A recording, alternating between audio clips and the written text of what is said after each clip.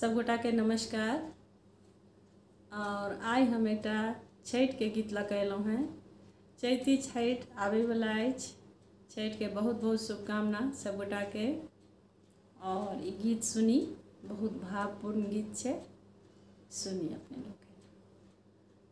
आचहि काँच के कोठरिए हो दीनानाथ, रूप छवि लागल के बाद। आचहि काँच के कोठरिए हो दीनानाथ, रूप छवि लागल के बाद। ताहि ऊपर चढ़ी सुतले हो दीनानाथ, बाँझिन के बरबाधेने ठार।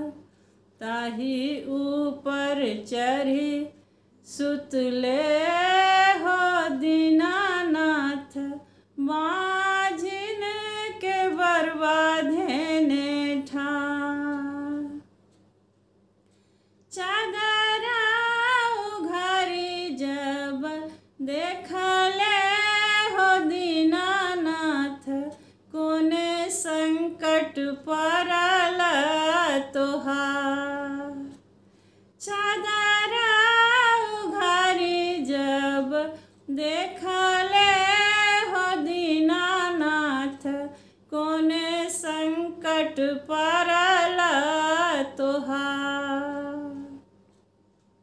पुत्र संकट पड़ल मोरे हो दीनानाथ, ओहिल के बरबाधेने ठार। पुत्र संकट पड़ल मोरे हो दीनानाथ, ओहिल के बरबाधेने ठार। चादरा उघारी जब देखले हो दीनानाथ, कोने संकट पड़ल तोहार। चादरा उघारी जब देखले हो दीनानाथ, कोने संकट पड़ल तोहार।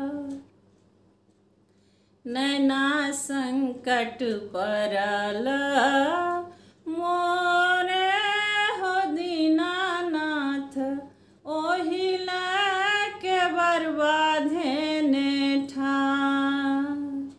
नैना संकट पड़ल मोरे हो दीनानाथ, ओहिल के बरबाधेने ठार।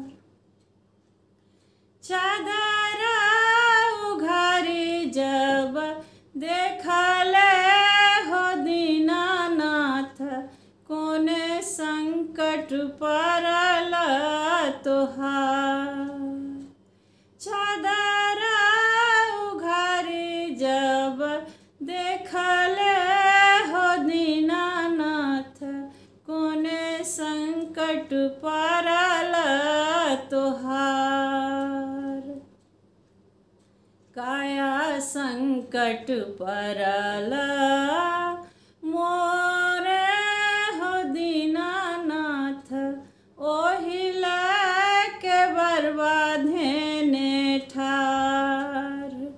काया संकट पड़ल मोरे हो दीनानाथ, ओहिल के बरबाधेने ठार।